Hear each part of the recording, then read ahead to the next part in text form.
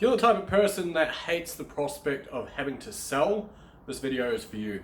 How you doing, guys? It's Jamie here, and I wanted to say a very warm welcome to you, and thanks very much for joining me in this video. And those of you that are new to this channel, welcome. My name's Jamie. I cover internet marketing, affiliate marketing, how to get started online, and pretty much all things digital. If any of that's of interest to yourself, feel free to hit that subscribe button and smash that bell icon to stay up to date with everything I'm putting out.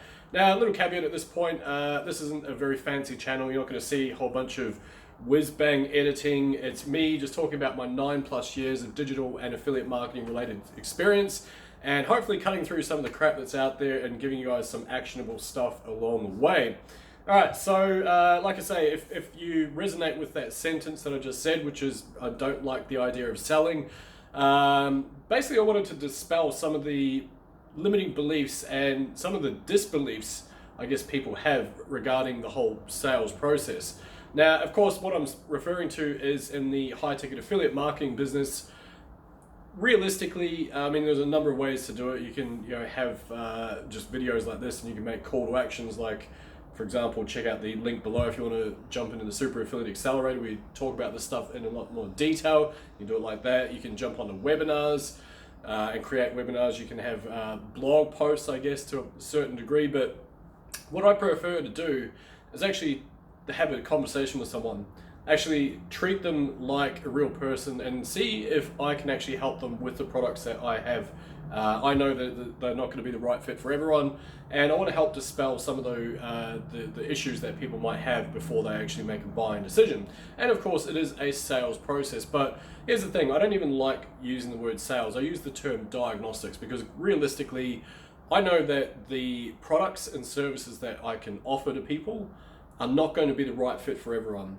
And in saying that, I also need to diagnose whether that person is going to be the right fit for the products and services that I do have. Okay? So that's the first thing. Having said that, if you don't like the idea of selling, of course, like I say, this is just one way of doing it. I'm not saying it's the be-all to end-all. It's just how I prefer to do things. I think it's a very efficient way of doing it, and it allows me to build some very valuable relationships with people in my business and in the affiliate offers that I'm referring them through to.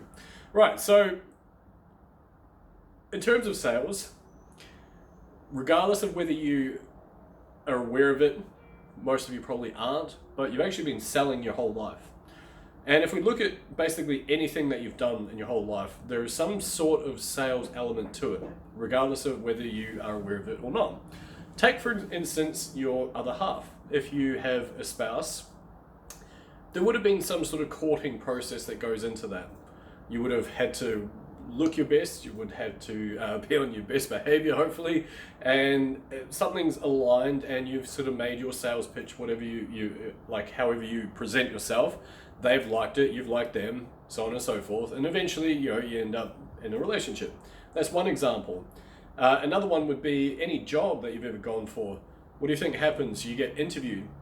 What do you think happens as part of the interview process? They ask you a whole bunch of questions to see whether or not you're the right fit for the role. That's sales. You've got to sell yourself. Even getting into different colleges, I know that's a big thing for some of the audience here. Same sort of thing, writing a letter of recommendation, or no, what do you call it? I can't even think of the name. You got to write your own recommendation. I recommend me. You know what I mean? Point being is that sales is actually all around us. And if you are the type of person that doesn't like the idea of selling, first and foremost, you probably sold a lot of stuff in your life. You're just not aware of it. Secondly, change the dynamic a little bit. Change the language patterns around that. Because like I say, if I know that I've got a product that is going to help a chunk of people and it's going to teach them, and I believe in the product, I believe in the value that it can provide, I also am aware, based on that knowledge, that not everyone is going to be the right fit for that. And I'm quite comfortable with that. And so you've got to take that dynamic a little bit differently instead of like, oh, I need to sell it. Because remember, when you're selling, you need to sell something.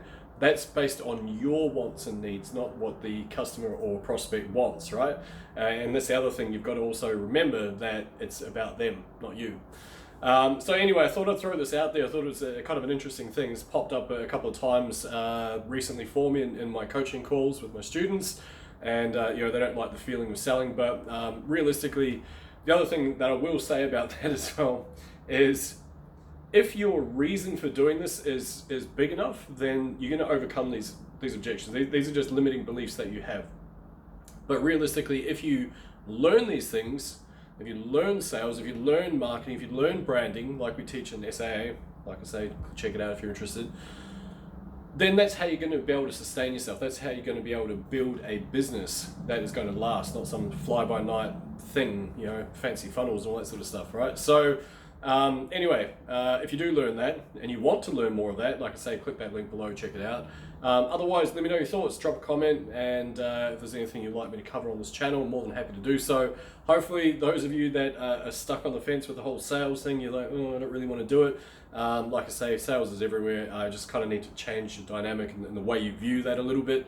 And I'm sure that if you do, you'll start being more comfortable with the process. And eventually, the other thing I will say just before I finish off, now that I'm rambling on my monologue, is that basically with the sales process, like everything, you're not good at it. You don't naturally go into something and you're good at it. There's exceptions to every rule, I get it, but I sucked at it. I still have times where I'm like, oh man, I should have done that way better. But then eventually, after a while, you start getting used to it. And then eventually, all of a sudden, you start closing sales and you start learning about your own psychology and all that sort of stuff. And then it becomes very enjoyable. And then it becomes a challenge to become better at something. And then all of a sudden, because you're seeing results and the fruits of your labor, then you want to become an expert in it, because that's really fun. That's enjoyable. When you learn different nuances and stuff like that, and then all that stuff you thought was uncomfortable when you didn't want to be all salesy and stuff like that, well, all of a sudden you're good at it and you're enjoying it and you're learning more about human psychology than perhaps you would have otherwise. And that's it. That's what I love about it now anyway. So with all that being said, like I say, I appreciate you guys tuning in. And yeah, drop a comment, let me know your thoughts. Otherwise, I will see you guys in the next video. Thanks very much.